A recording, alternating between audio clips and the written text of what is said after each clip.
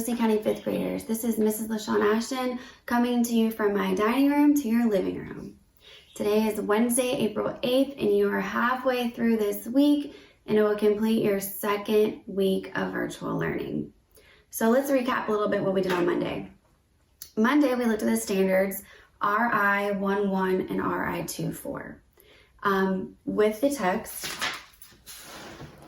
can't you make them behave, King George, out of your Journeys book?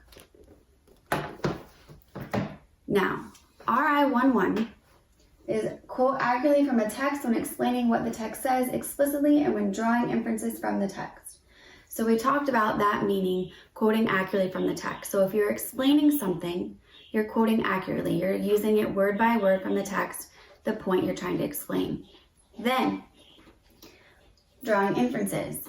Those are when you're making educated guesses. We use the example Monday of an ambulance. Why do we think an ambulance would have its lights on and going fast? They're trying to get to the hospital, or they're trying to get somebody to get to the hospital. RI 2.4. Determine the meaning of general academic and domain-specific words or phrases in a text. So we're determining what words mean. If we're not sure what they mean, we can use our context clues by reading around the word in the text, by looking at the sentence before and the sentence after. Now, today we're going to use both of these standards and we're going to add in a new standard. We're going to be adding in RI 3.8, which is a little bit more rigorous. So, explain how an author uses reasons and evidence to support particular points in a text, identifying which reasons and evidence support which points. So all we're doing with 3.8 is explaining how an author uses reason and evidence. So how do they use their reasons and their evidence and what they're writing to support points? So if they're making a point in the text, what reasons and evidence are they using to support that point? It's kind of like when you use a multi-select question and you have an A, B. So your answer to A is your point, and then your answer to part B is the evidence supporting that point. And then identifying which reasons and evidence support which points.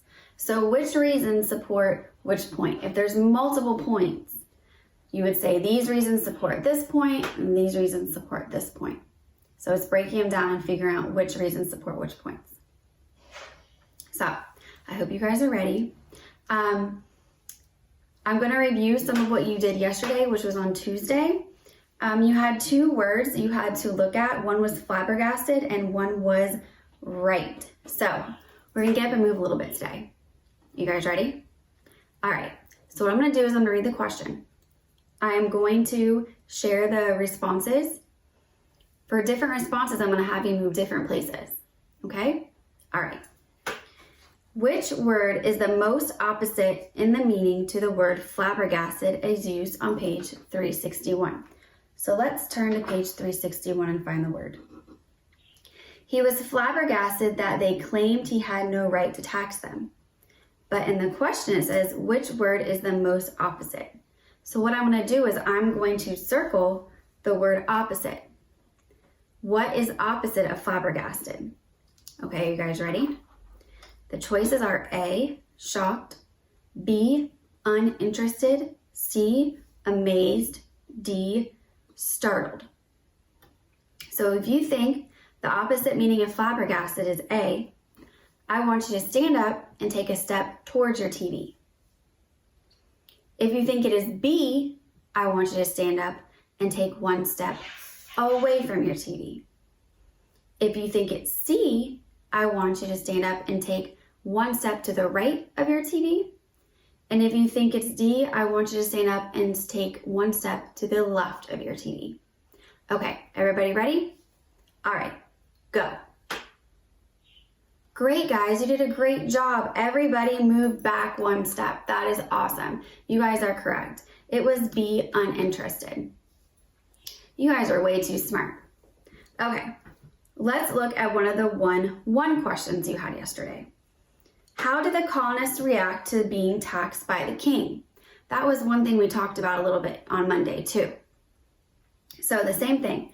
If you think it's A, you're going to take a step towards your TV. If you think it's B, you're going to take a step away from your TV. If you think it's C, you're going to take a step to the right. And if you think it's D, you're going to take a step to the left. Okay, here are your answer choices. They said the king shouldn't be allowed to tax them. They agreed to pay the taxes since he was their king. They created their own taxes on British subjects. They created more taxes on the colonists. So I'm going to read those one more time. A, they said the king shouldn't be allowed to tax them. B, they agreed to pay the taxes since he was their king. C, they created their own taxes on British subjects. D, they created more taxes on the colonists. So what I want you guys to do is move now, and then we'll talk about it. Okay, on that one, everybody kind of moved to different places. Let's look at the answer choices. Letter A, they said this king shouldn't be allowed to tax them. Did they think that? Did they say that? Yes, you're correct, they did. They didn't want to be taxed. They didn't think it was right because if they taxed them on printed items, what else was he going to tax them on? B, they agreed to pay the taxes since he was the king. Did they agree with him? No, they were flabbergasted, remember? They did not want to pay the taxes. C, they created their own taxes on British subjects. No, they didn't do that. D, they created more taxes on the colonists. Did they create more taxes on the colonists? Not yet, but the colonists were worried that they would happen. So the correct answer, you guys, was A. You were correct.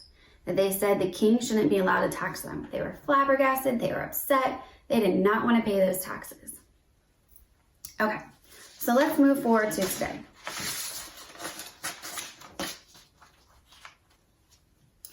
The first question we have is going to follow this new 3.8. How does the author support his claim that being a king could be boring? So what's the point? What's the claim? Well, the claim is being a king could be boring. So we need to underline that. Being a king could be boring. So what evidence and reasons did the author give to support that it was boring? I'll read you the answer choices. A, by describing all the hobbies that the king took part in. B, by listing all the important duties the king must perform each day. C, by describing a situation that showed how everyone fussed over him for little things. D, by explaining the ceremony that the king performed in his court each year.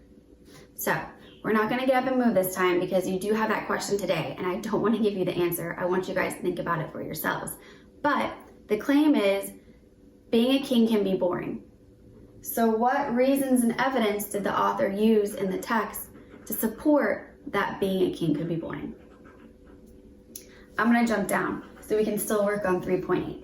And this is actually a question you're going to see tomorrow, but I'm going to help you with it today, and hopefully you will have no problems with it tomorrow.